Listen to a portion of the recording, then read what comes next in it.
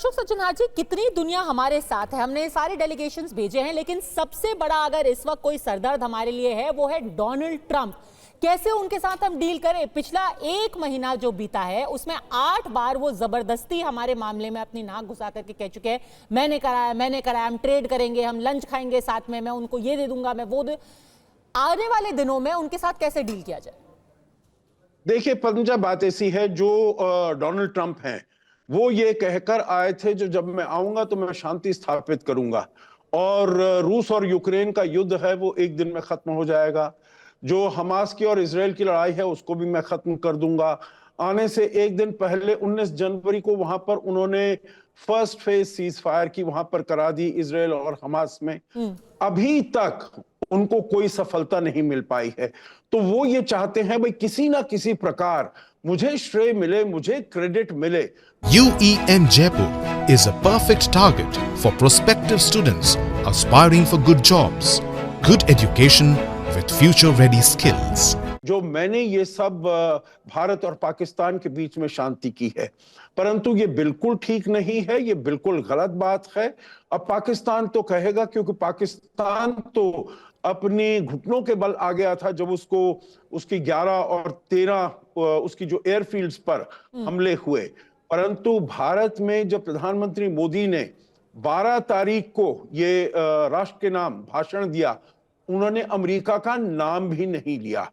तो अमेरिका इसमें बिल्कुल इन्वॉल्व नहीं है। किसी थर्ड पार्टी, मैं कन्विंस्ड हूं कोई थर्ड पार्टी मीडिएशन नहीं है।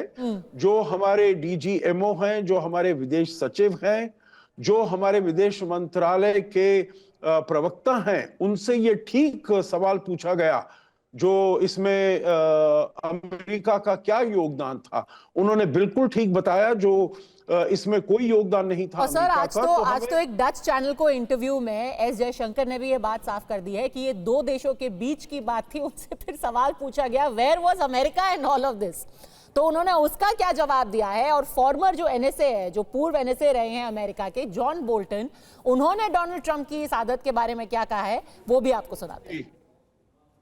Worked with the Trump administration very closely, and you know how Trump has been making claims for ceasefire between India and Pakistan, which of course India has denied several times now. How do you see Trump's claim, and what is your assessment of the reason behind his claims? Well, I can say this, it's nothing personal to India. This is Donald Trump who takes credit for everything. I think he did have a call with Prime Minister Modi. I think Vice President Vance and Secretary of State Rubio were on the phone. I'm sure many other countries were calling to see what they might be able to do. And it's typical Trump that he would jump in before everybody else and take credit. So it may be irritating, probably is irritating to many people, but it's nothing that's intended to be a step against India. It's just Trump being Trump. General Datta, हम हंस सकते हैं कि Trump देखिए कुछ भी बोलते रहते हैं, क्रेडिट के लिए वो भूखे हैं, लेकिन है तो प्रेसिडेंट ऑफ यूनाइटेड स्टेट्स ना, उनके साथ हमें रिश्ते तो बनाने ही पड़ेंगे। हम कभी नहीं चाहेंगे कि अमेरिका पाकिस्तान के पाले में चली जाए। क्या डील करेंगे उनके साथ, कैसे डील कर सकते हैं?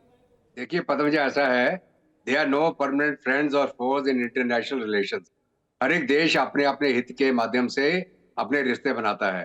आज के दिन में जो हमारी इंफॉर्मेशन है, अमेरिका भी पाकिस्तान के अंदर कोई इन्वेस्टमेंट करने की कोशिश कर रहा है और बलूचिस्तान के जो मिनरल वेल्थ वगैरह है उसके ऊपर भी उनकी नजर है।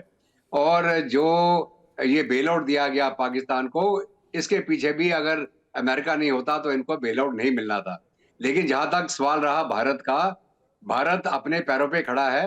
भारत सबके साथ इक्वल डिस्टेंस, इक्वल दोस्ती बना के रखना चाहता है। अगर कोई हमारा मित्र है तो मित्र है, लेकिन एक सबक हमने सीखा है कि भारत को अपनी जंग खुद अपने जोर पे लड़नी पड़ेगी, किसी के ऊपर भरोसा नहीं करना पड़ेगा। और खास तौर पर जब अब हमें शायद 2 फ्रंट पे, एक तरफ पाकिस्तान और दूसरी तरफ बांग्लादेश को जिस तरीके से एक्टिवेट ISI करने की कोशिश कर रही है अब फील्ड मार्शल मुनीर, वहां पर क्या कुछ प्रॉब्लम हमारे लिए पैदा कर सकते हैं, ये भी एक बहुत बड़ा सवाल है। लेकिन जो डेलीगेशन जा रहे हैं, सबसे बड़ा सवाल ये है, वो एक बिलावल भुट्टो का भी तो एक डेलीगेशन जाने वाला था। जैसे हम लोग अपने साथ डेलीगेशन भेज रहे हैं, अयूब साहब, बिलावल भुट्टो किधर है? और उनके डेलीगेशन में शायद हिना रब्बानी खार भी हैं और भी 5-6 लोग हैं। वो पहुंचा डेलीगेशन अमेरिका? वो मेरा ख्याल है कपड़े अपने ड्राई क्लीन करवाने गए हैं, क्योंकि उन्होंने सफ़र की तैयारी करनी है। देखिए, मैं ये कहूँगा कि हिंदुस्तान ठीक बात की है कि हमें अपने ज़ोर पे लड़ाई लड़नी है। हम जानते हैं इस बात को और हमने ये बात हमेशा कही है। लेकिन एक बात याद रखें कि अंग्रेज़ हों, फ्रेंच हों या पोर्चुगीज़ या जो भी डच भी हों जो आए हिंदुस्तान पे, उन्होंने हमारे ही धरती के ऊपर हमारे ही लोगों को एक दूसरे के खिलाफ अलायंसेस बना के तो हमारी जगह पे कब्जे किए। आज भी ये हिंदुस्तान, ये जो पाकिस्तान है, ये नॉर्थ इंडिया है। ये पाकिस्तान और बांग्लादेश दोनों इंडिया का हिस्सा थे और ये आइंदा भी हम इनको दोबारा भारत में शामिल करेंगे, पर that is another discussion for another time.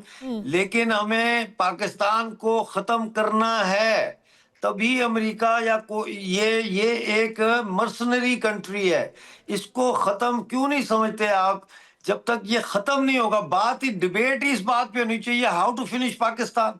एक बंदा बीमार हो गया है और हम कह रहे हैं कि इसको ये फ्रूट दे दो, वो फ्रूट। भाई, उसकी बीमारी कैसे खत्म करें? इस खित्ते की बीमारी है पाकिस्तान, हमने झेला है पाकिस्तान। आपको लगता है, हमें पता है कि ये कॉमन सेंस है, पर कोई परमानेंट फ्रेंड्स नहीं, सिर्फ परमानेंट इंटरेस्ट है। वैभव सिंह, जब ये डेलीगेशन जाएगा और बिलावल भुट्टो के साथ सेनेटर शरी रहमान, डॉक्टर मुसाद्दिक मलिक, इंजीनियर खुर्रम दस्तगीर, हिना रब्बानी खार, फैसल सब्जवारी, तहमीना जांजुआ, सच तो यही है कि डोनाल्ड ट्रंप से जब सवाल पूछा गया, उन्होंने कहा Modi is my great friend, Pakistani PM is a great man. तो वो तो एक तरीके से कह रहे हैं ना, मेरे लिए दोनों बराबर है।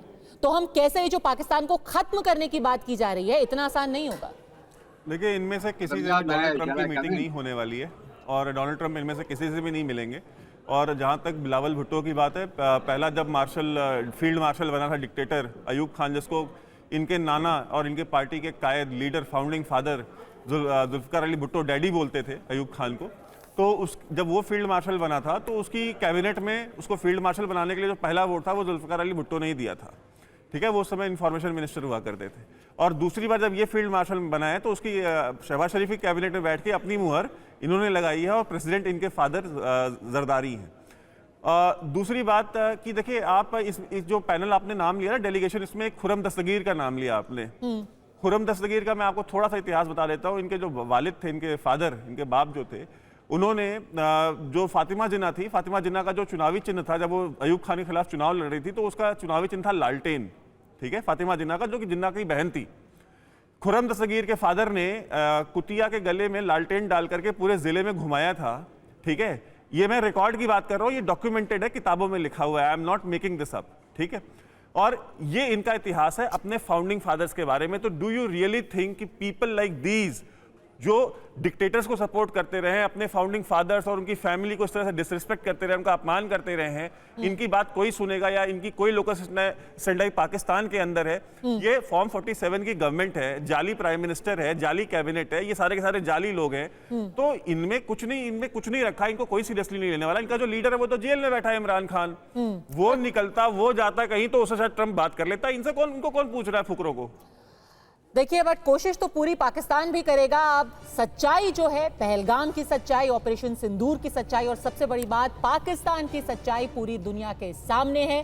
अब आगे परमानेंट फ्रेंड्स है या परमानेंट इंटरेस्ट, किसको वो आगे रखेंगे, ये देखना बाकी है। फिलहाल अड़ी मैम से जुड़ने के लिए आपका बहुत बहुत धन्यवाद।